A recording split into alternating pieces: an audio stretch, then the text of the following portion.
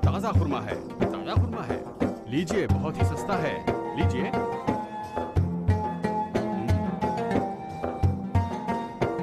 हाँ, बहुत ही लजीज खुरमा है, बिल्कुल ताजा लाया हूँ।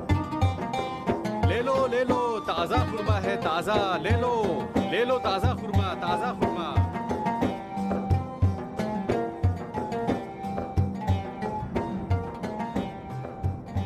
कुरैश को ये बदनुमा दाग अपने दामन से धोना पड़ेगा। पता नहीं। आज इस जालिमाना अहदनामे को खत्म हो ही जाना चाहिए। मैं कभी भी ये तवक्को नहीं कर रहा था कि तुम लोग बनी हाशिम और अब्दुल मुत्तलिब की औलाद के नागुफ्तवे हालात पर अपनी आंखें बंद करके उनको भुला बैठोगे। मैं आज इस शैतानी अहदनामे का खातिमा करके रहूंगा। आज ये फैसला यहीं हो जाना चाहिए। क्या कर रहे हो? चलो, जहां खड़े हो तुम वहीं रुक जाओ। अहदनामे का एहतराम करो। तुम्हें उसका एहतराम करना चाहिए। सुना नहीं मैंने क्या कहा? मैं किसी भी सूरत में किसी को अहदनामे की तौहीन करने की इजाजत नहीं दूंगा। अगर तुम अहदनामे को फाड़ने का इरादा रखते हो तो तुम्हें मेरे जनाजे से गुजरना पड़ेगा, समझे? मेरे रास्ते से तुम हट जाओ अबू जहल। मैं तुम जैसे पस्तो पलीद शख्स के खून से काबे की हुर्मत को आलूदा और पामाल नहीं करना चाहता हूँ। तुमने मुसलमानों और बनी हाशिम के खानदान को इतनी अजियतें और तकलीफें पहुँचाई हैं, क्या ये काफी नहीं है? उस दिन से डरो जब मोहम्मद का परवरदिगार तुमसे इंतकाम लेगा। वाह रे वाह, तुम भी मोहम्मद के खुदा की बात कर रहे हो? हाँ, सुहैर सही कहता है। इस अहदनामे को फाड़ देना चाहिए और नजरे आतिश कर देना चाहिए। तुम क्या कहते हो? अगर ये अहदनामा कारामद होता तो इन 3 सालों में इसका नतीजा सामने आना चाहिए था। और क्या किसी मुसलमान ने अपने खुदा से हाथ खींच लिया? मोहम्मद के मानने वालों का ईमान इस किस्म के बेवकत अहदनामों से खत्म नहीं होगा। हमें आज ही इस अहदनामे को नेस्तो नाबूद कर देना चाहिए। आराम से, जरा सब्र करो। बहुत जल्द गुर्बत और इफलास और भूख मुसलमानों को तबाह कर देंगी और हम इस चंद साला तल्ख मामले का खात्मा करेंगे। अलबत्ता आप लोग बेहतर समझते हैं कि मक्का पर हमारे अजीज बुत अपनी साबिका शान और शौकत दोबारा हासिल करेंगे। वाय हो तुम पर अबू जहल। तुम चाहते हो मक्के की शान और शौकत को बनी हाशिम और अब्दुल मुत्तलिब की औलाद के खून बहाने के एवज हासिल करो। बनी हाशिम के खानदान और अब्दुल मुत्तलिब की औलाद के बगैर मक्के की क्या शान और शौकत रहेगी? मक्के की अजमत इसी खानदान की इज्जत और आबरू से है। तुम बनी हाशिम को नाबूद करना चाहते हो ताकि खुद मक्के का सरदार बन सको। ये तुम्हारी खाम ख्याली है। अरे ओ बागी और मुजरिम, दूर हटो यहाँ से। तुम्हें तो मैं खुद कत्ल करूंगा। मुझे मालूम है कि तुम इस फितने का बाइस हो। तुम अपनी हद से बढ़कर बातें कर रहे हो अबू जहल। अगर यहाँ से नहीं हटोगे तो तुम्हारा सर तन से जुदा कर दूंगा। देखो देखो, अबू तालिब यहाँ आ रहे हैं। देखो देखो, वो देखो। अबू तालिब, वो यहाँ क्या कर रहा है? खुदा का शुक्र है वो आ गए। सलाम ए अबू तालिब, खैर मकदम कहता हूँ। खुश आमदीद। तुम्हारा खैर मकदम है। खुश आमदीद। कितने ज़ईफ और नहीफ हो गए हो। ऐसा क्या हो गया है कि तुम अपने प्यारे भतीजे को छोड़कर हमारे पास आए हो? इस तौहीन का जवाब मैं किसी और मौके पर दूंगा अबू जहल। अभी मैं अहदनामे को देखना चाहता हूँ। किस लिए देखना चाहते हो? क्या तुम उसको फाड़ देना चाहते हो? इसकी जरूरत नहीं है अबू जहल। खुदाए वाहिद की तरफ से मेरे भतीजे को एक खबर दी गई है। अगर ये खबर दुरुस्त हो तो क्या तुम अपनी हठ धर्मी और दुश्मनी से हाथ उठाने के लिए तैयार हो?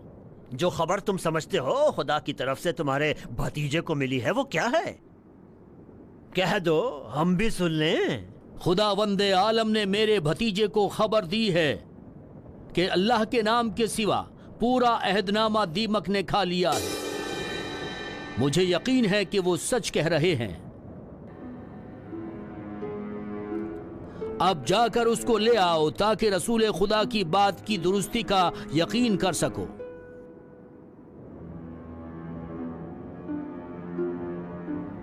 हाँ, खुदावंदे आलम ने मेरे भतीजे को खबर दी है कि तुम्हारा लिखा हुआ अहदनामा पूरी तरह से दीमक ने खा लिया है और सिर्फ अल्लाह का नाम बाकी है। दीमक? दीमक? तुम्हें पता है अहदनामा कहाँ है? कौन सी दीमक उसके करीब जाने की जुर्रत कर सकती है? बेहतर था कोई और बहाना बना लेते।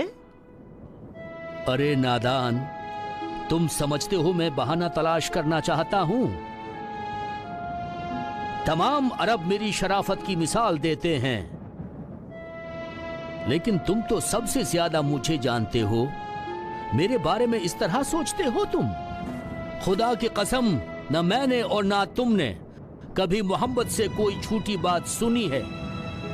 आज भी जब उन्होंने ये खबर मुझे दी तो मैं एक लम्हे के लिए भी शक में मुब्तला नहीं हुआ कि वो सच कह रहे हैं। तुम भी मोहम्मद को जानते हो कि वो सच के सिवा कुछ भी नहीं कहते।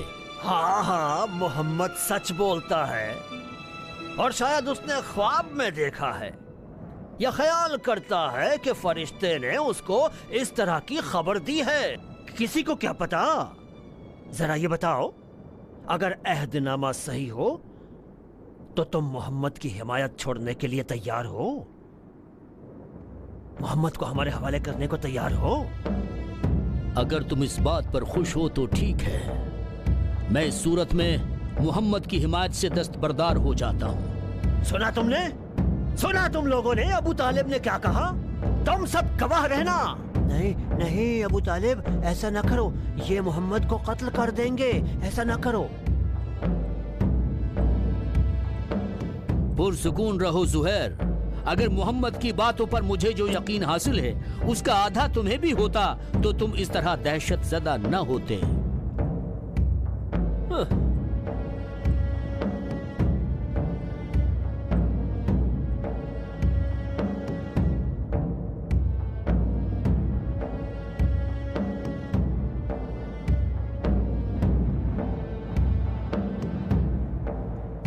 अरे भाई, आज तक किसने काबे में दीमक देखी है?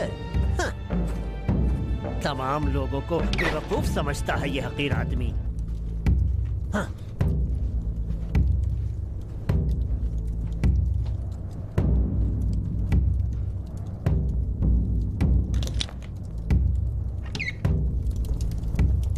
नहीं नहीं, ये नहीं हो सकता, ये नहीं हो सकता।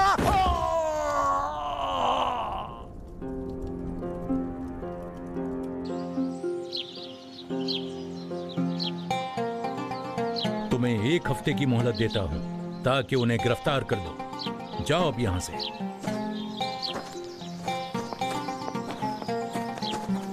मेहरबानी करके उन तिनकों को अलग करो और मुझे दे दो। अच्छा अब्दुल्ला, हम कहां पहुंचे थे? एक हसास जगह पर पहुंचे थे। आपने कहा कि अहदनामा खुद ब खुद मंसूख हो गया। हाँ, मुझे याद आया। ये खबर इस बात का बाइस बनी कि कुरैश मबहूत और हैरतज़दा हो जाए।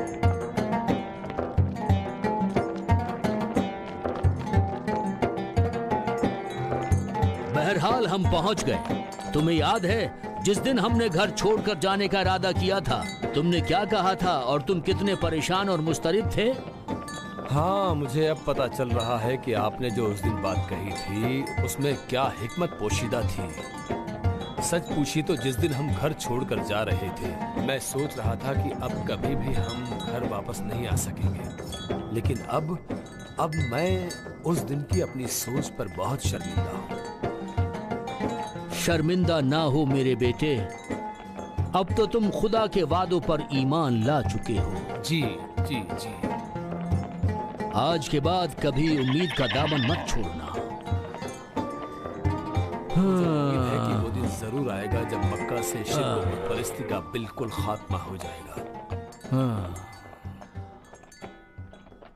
मेरे बेटे, तुम उन दिनों को देख सकोगे, लेकिन मैं नहीं। मैं महसूस कर रहा हूं,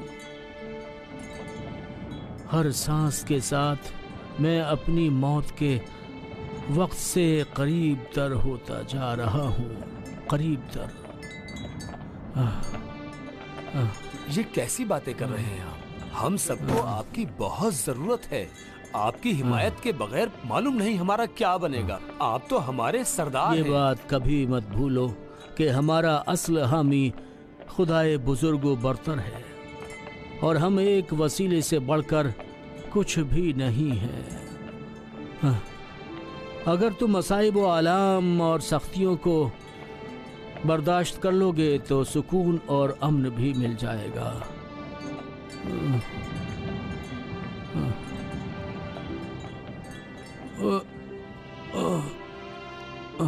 आओ चलो घर चलते हैं। उठो। घर?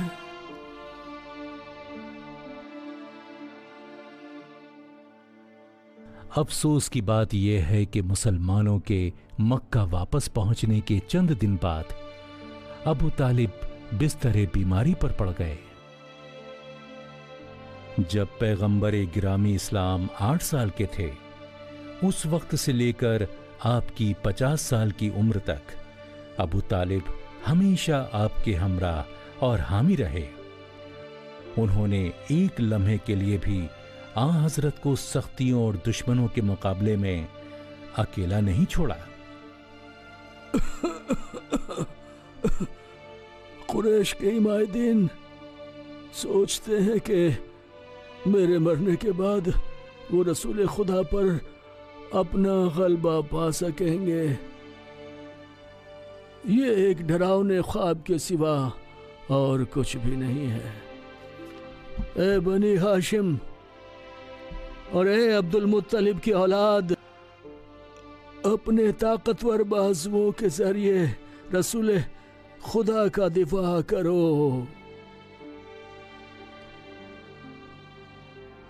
ऐसा ना हो कि तुम तसाहुल बरतो।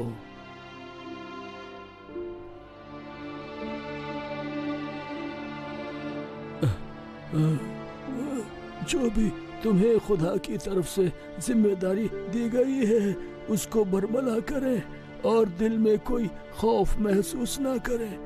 आप किसी भी शख्स से ज्यादा हमदर्द, अमानतदार और सच्चे हैं, सच्चे हैं।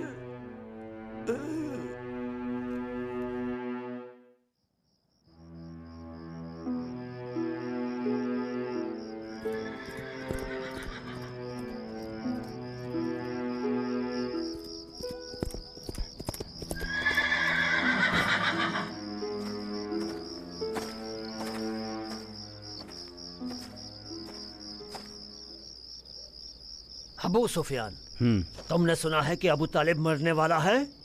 हाँ, मैंने सुना है। और तुमने बिल्कुल ठीक सुना है अबू सुफियान। अबू तालिब अपने अंजाम तक पहुंचने वाला है। वो बहुत जल्द अपनी दुनिया से चला जाएगा और मोहम्मद को अकेला छोड़ देगा। लेकिन अफसोस, अबू तालिब ने अपनी जिंदगी और तवानाई अब्दुल्ला के बेटे पर कुर्बान कर दी। बहरहाल अब कोई अबू तालिब न रहेगा जो हमारे लिए रुकावट बने।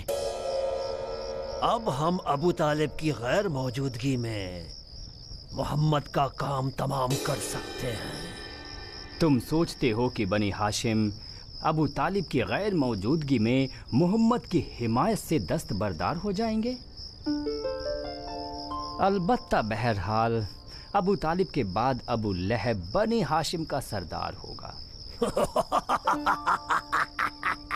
शायद वो भी अब्दुल मुत्तलिब की वसीयत पर अमल करते हुए मोहम्मद को अपनी पनाह में महफूज रखेगा।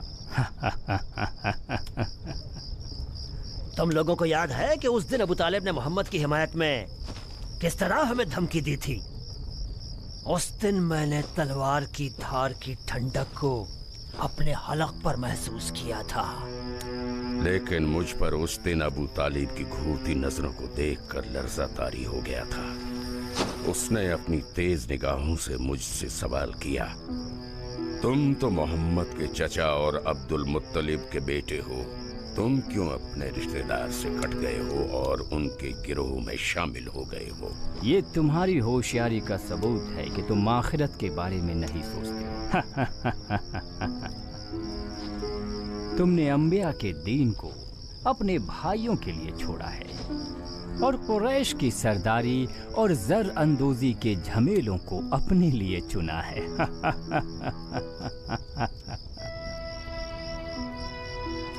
तुम भी हमारे साथ दूसरों के एहतराम के दर पे हो अबू लहब। आओ चलें। चलो।